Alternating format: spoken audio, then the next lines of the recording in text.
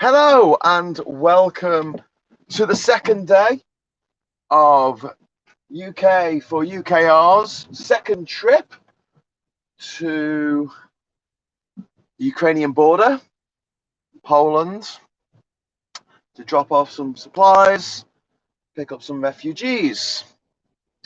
So I just stopped in a service station last night in Belgium that was recommended to me by Kieran. He knows all the best haunts. He said, don't step on the grass. So I got in at just past 6 o'clock this morning after my Channel Tunnel train was 2 hours late. So I set up my live feed and I was like, oh, cool. I just set up my live feed and I'll be able to live feed me going into the tunnel. You'll be able to see the tunnel out the window. That'd be really cool. And then once I stop in the tunnel, I'll be able to touch my camera and turn it off. And that didn't happen. So instead, I just sat there for 2 hours, twiddling my thumbs. Then I got on the Eurostar, the Eurotunnel. Sorry, it's not the Eurostar. That's the passenger train. This is the goods and vehicle train that I got on. I got on Le Shuttle, and yeah, I promptly fell asleep for about half an hour going through the tunnel. Woke up on the other side, and then I drove for about 45 minutes to that place there. About 55 minutes actually. To be honest with you, if I felt like I couldn't drive, if I felt I was really drifting off, then I would have definitely just stopped in Calais and taken my chances. But I was okay. I think my little quick power nap helped. But then yeah, I pulled over and I just had a good 5-6 hours sleep. So that's good. It's just past 12 o'clock now. I'm back on the road. I have just updated the UK4UKR website. I've added an Instagram feed. Yay! So when I publish pictures of myself standing in front of stuff, which is all that seems to be on my Instagram feed, you'll be able to see that on the website instantly. I was tempted to call it Instagram. Yeah, because in America they say Instagram, don't they? Like, Insta. Oh, okay. Okay, YouTube, it's there now. What? I don't see a feed for you on YouTube. Oh dear. Good afternoon, Graham. Good afternoon, kids. Says Cozy. Hi, kiddie. I like Cozy la.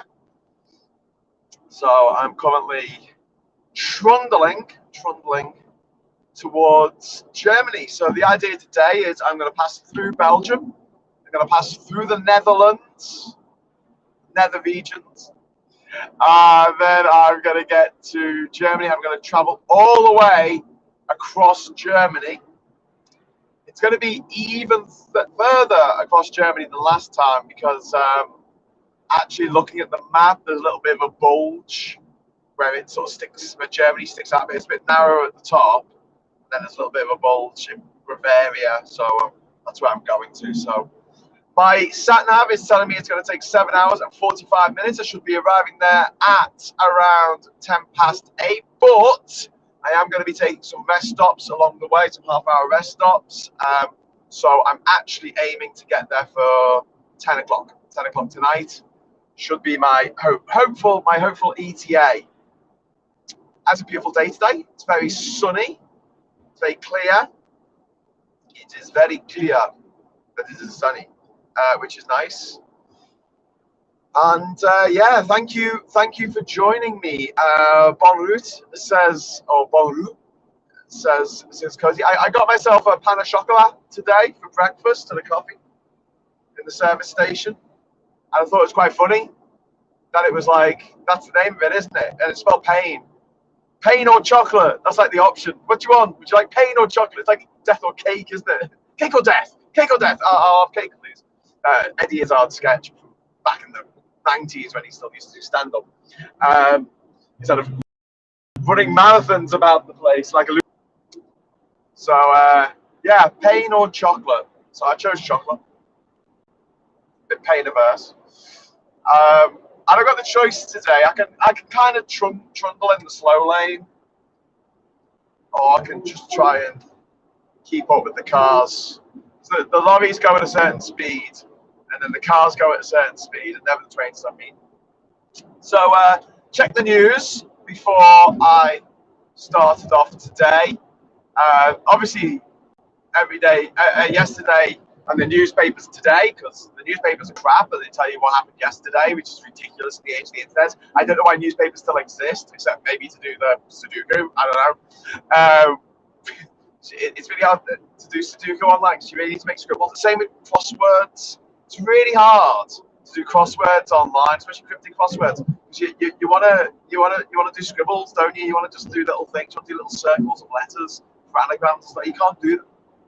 Anyway, right? It was all about Rishi Sunak's wife being a big tax dodger. Rishi Sunak himself swearing allegiance to the American flag while he was our Chancellor of the Exchequer. Can you believe that? Can you believe that? He was our Chancellor of the Exchequer, right, for a full 18 months while pledging allegiance to the American flag and pledging to make America his forever home, which is a requirement if you want a green card, which he had.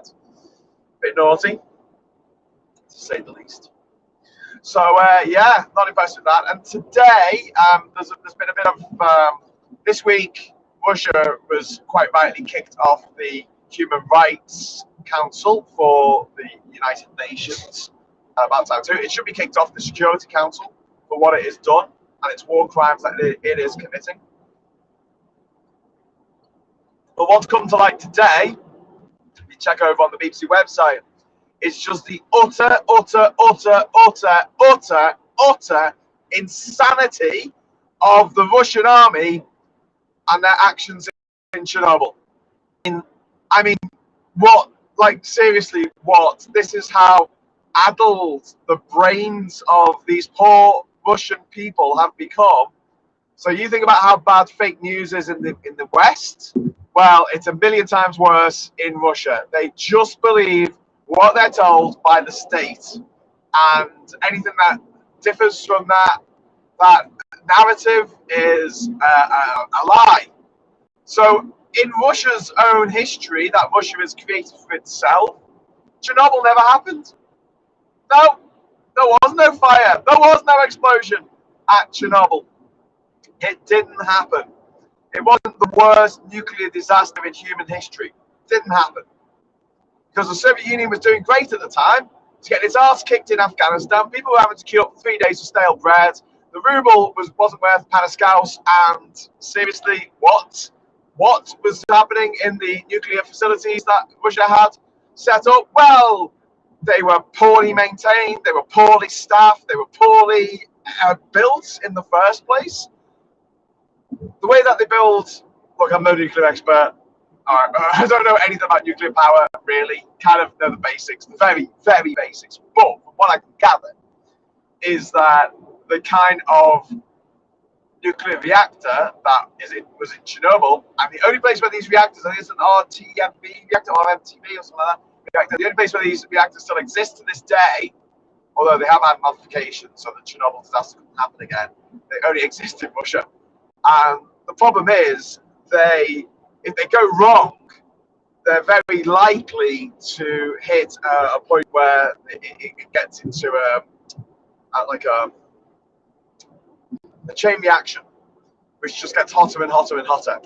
Whereas newer reactors, better built reactors, if anything goes wrong, they'll simply shut down. They'll stop reacting. They'll stop the reaction. Whereas the Chernobyl one, yeah, badly built, badly maintained, poorly looked after.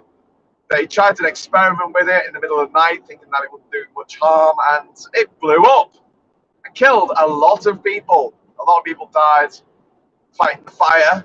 Basically, all the firefighters died quite quickly of radiation poisoning.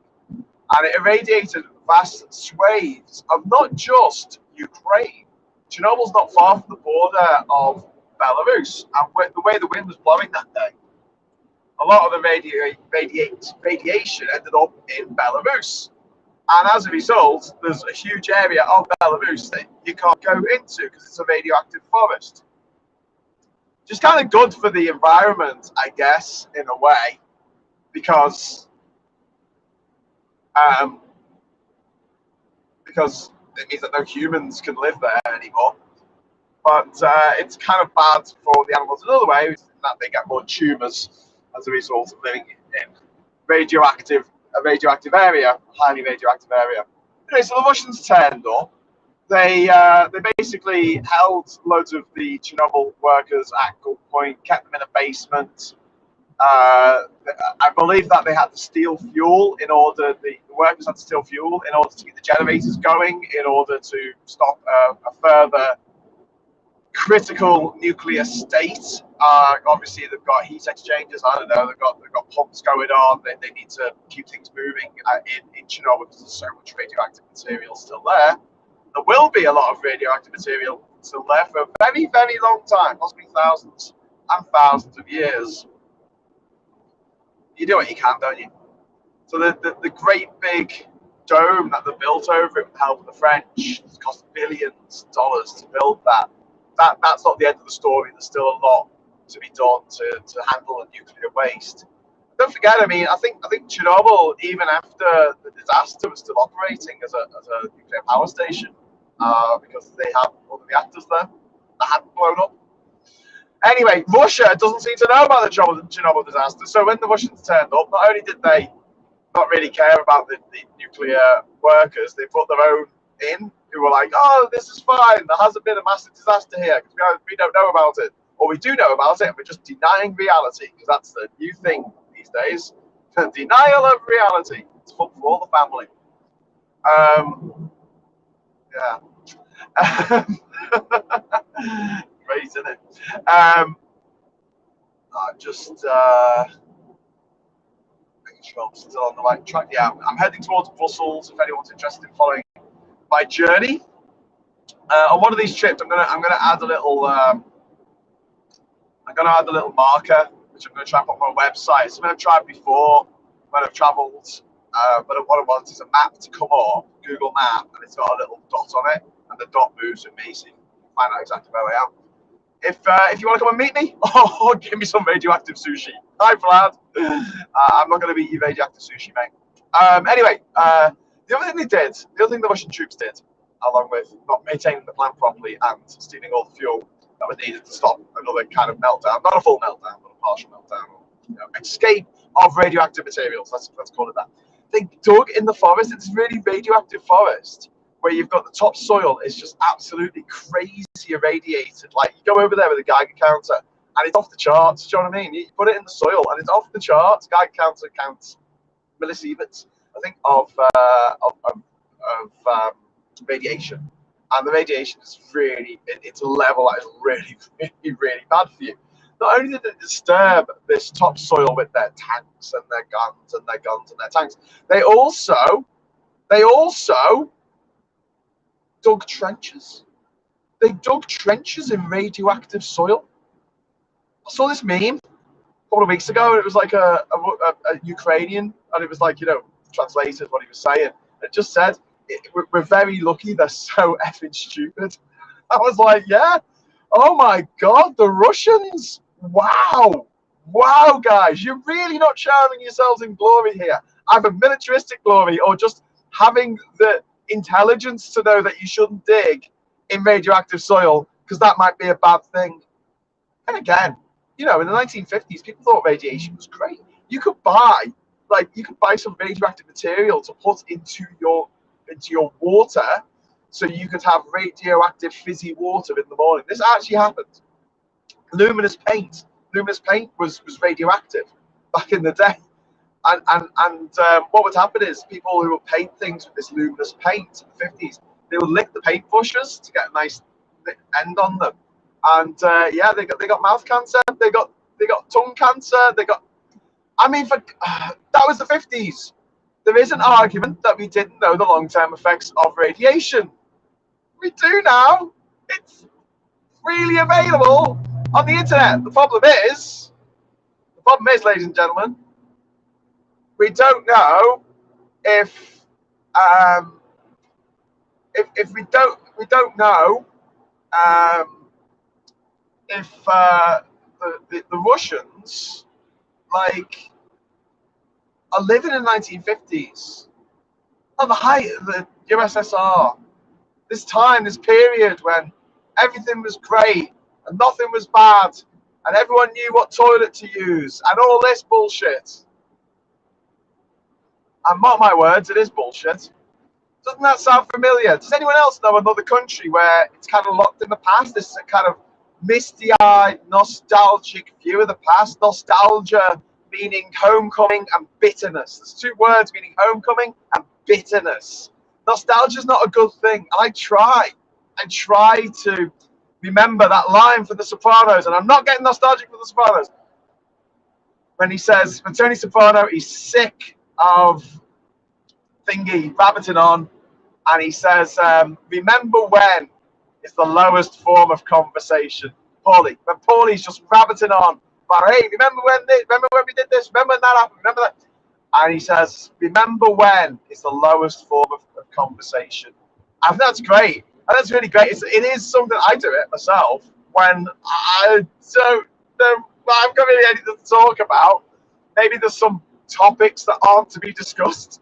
I don't know. But yeah, the remember when comes out. Oh, remember when that happened? Yeah. And the thing is, you'll always remember it as more interesting, amazing, or worse, perhaps, than it actually was. Your memory of a memory is always heightened in some way. And so the memory of these kids growing up in the 1960s with ice on the inside of the window and doing a happy face on the ice in the window, that shouldn't be a happy memory. But now it is. And the things that have given other people more freedom and other people more social mobility, physical mobility, it really gets up the nose of the people who feel like the people who weren't born rich don't deserve to be rich. Unless they were not born rich and got rich, then they totally deserve it. But that kind of has this idea that we live in a fair system, right? Right? A fair system where everyone gets their just desserts. The people who work the hardest get the best rewards. That's not true, mate. It's not true at all, and you know it. We know it. We all know it. Just going to adjust my microphone a little bit. Might make the sound a bit better. Hope journey is going okay. Thank you very much. Yes, I'm on the E40. I'm on the E40. I'm just hopefully going past Bruges in a bit. I think I'm going to be quite close to Bruges. And then I'll be bypassing Brussels. I'm going to Brexit Brussels. joke. And then I'll be heading into the Netherlands. And there's a little tiny chunk of the Netherlands which is nestled between Germany and Belgium. A little chunk of it, which stangles down, and I'll be going through the dangly bit. So I should only be in the Netherlands for half an hour or something. It's not a big part of Europe. And then I'll be in Germany for the rest of the day. Might get some fuel in the Netherlands before I go over the border into Germany, because last time we were in Germany, the price of fuel was insane in the membrane. Insane in the brain. So, yes, so I've covered Rishi Sunak's wife, Rishi Sunak. I've covered the Russians being idiots in Chernobyl and being quite rightly kicked off the Human Rights Council. There's a few members of that particular council at the moment, who are decidedly dodgy. That's putting it mildly. And the other thing that's been going on this week is the government has unveiled what it's going to do about everything costing so much in terms of fuel. And instead of doing like the really, really obvious thing, the thing that they can get started on right away, the thing that they can start tomorrow, they can literally start this tomorrow, and it will improve the situation for millions of people, and they can start this tomorrow. They can insulate Britain, right? This isn't rocket science. Give people subsidies so they can so they can insulate their homes. That is it. Cut their heating bills. But the government don't want to do that because this scumbag bastard government just want to make money. They want their mates to make money, and they want to get backhanders of their mates making money. And the best way to make money, if you're a corrupt politician, which they all are in the Tory party, is to get extract fossil fuels out the ground, give out huge planning permission for nuclear plants, for new wind farms, offshore, onshore. Well, offshore, because if you put them onshore, then the NIMBYs complain. We don't want to upset the NIMBYs. No, bastards. Anyway, so yeah, instead of insulating Britain, which is what they need to do, which would cut demand massively, could cut demand by the end of the decade by half our energy needs, half them, half of the. I mean, for God's sake, like seriously, if you're going to really deal with this problem, you have to deal with both the supply side and the demand side. That's capitalism. There's two sides to every transaction. Quite, is this complicated? Is this stuff that you only really study if you're doing a PhD or something? Seems really straightforward to me. Maybe I'm just very arrogant. I don't know. It drives me. It drives me like I'm driving myself down the road. As the man whose cock turned into a steering wheel said, it's driving me nuts. Right. Anyway. Have myself some 7-Up. So I think I'm going to drive now for a good few hours. Obviously, I still can't touch my camera. I know that's a British rule, but I don't know what the rules are out here in continental Europe. So I'm gonna err on the side of caution and not actually touch my camera. Because obviously, this is going out live, so I don't want to film myself committing a crime. But I can touch my stereo, which is good. So I'm glad the sound issues have been sorted. I think what happened last time was that I forgot to turn off the Bluetooth. So when I was talking some of the time, it was coming through the Bluetooth speaker. It was like coming through the Bluetooth into the phone. So not only was the sound like really tinny and really bad, and I'm really sorry, Canal, if you're watching this, because Canal was like, your sound is terrible. Here's 50 quid. He gave me 50 quid. Super chat. Thank you very much, Canal, if you're watching. From Singapore. I was like, oh, thanks very much for the 50 quid. But, or maybe it was 50 Singapore dollars. I don't know. But basically, I was like, wow, thanks very much for the donation. But yeah, I'm really sorry. Really, really sorry about the sound. So, obviously, talk about multitasking, reading a map, making sure the video's all right, making sure the audio's all right, making sure I don't crash. So yeah, I'm trying to do as little distracted driving as humanly possible. Obviously, when I'm just on a freeway, it's a lot easier. I'm just sort of staying in my lane. I'm not trying to overtake everything, and I'm not trying to follow the map, because you know when you're doing a junction on Google Maps, it's still a bit nah. I mean, sometimes it'll tell you which lane to go into, which is really helpful, and sometimes it just doesn't. Or sometimes it tells you that there's 3 lanes you can get into when you're coming off a motorway or something. And so you get in the left lane, and it's not until you literally get to the top of the ramp that it tells you that you need to be in the right lane to turn right. And you're like, you could have told me that before. I'm going to have to cut across 2 lanes now to get where I want. You know what I mean? Good morning, number 3. Good morning. I hope you're feeling free today, not number 3. You're number 6. I'm number 6. Who's number 1? I'm number 2.